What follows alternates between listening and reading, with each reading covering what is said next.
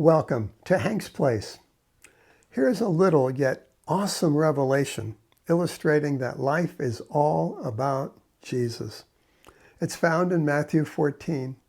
There we find recorded a second instance of a storm at sea with the disciples in a boat. Then Jesus appears walking on the water. It's likely you know the rest of the story about Peter getting out of the boat, his walking on the water, for a while at least.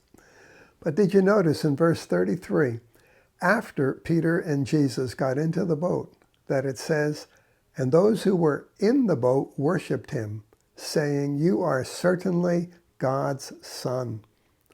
In the first storm, they wondered what sort of man this was.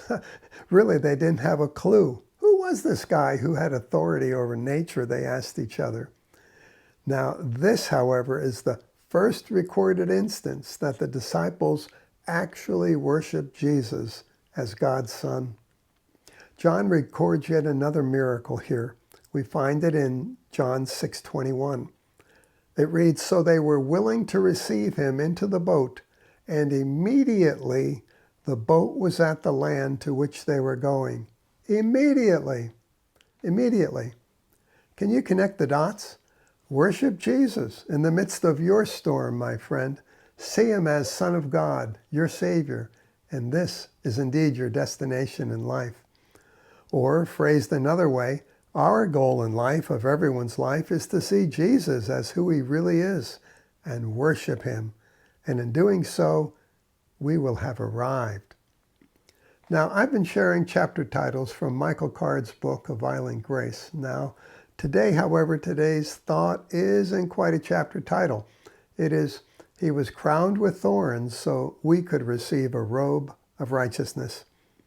In Genesis 3, after the fall, God states that the ground will no longer yield an effortless abundance, but rather thorns and thistles, and we will have to labor for a good harvest. At Calvary, then we see Jesus with that crown of thorns. Thorns, the symbol of sin, thorns being roughly thrust upon him. 2 Corinthians 5:21, one of my favorite passages in the Amplified reads, "He made Christ, who knew no sin, to judicially be sin on our behalf, so that in him we would become the righteousness of God." That is, we would be made acceptable to him and placed in right relationship with him by his gracious loving kindness.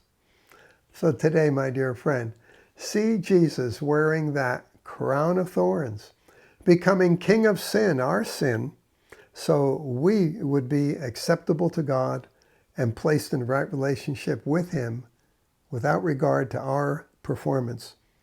And this is for all time. So shout for joy, my friend, and come alive.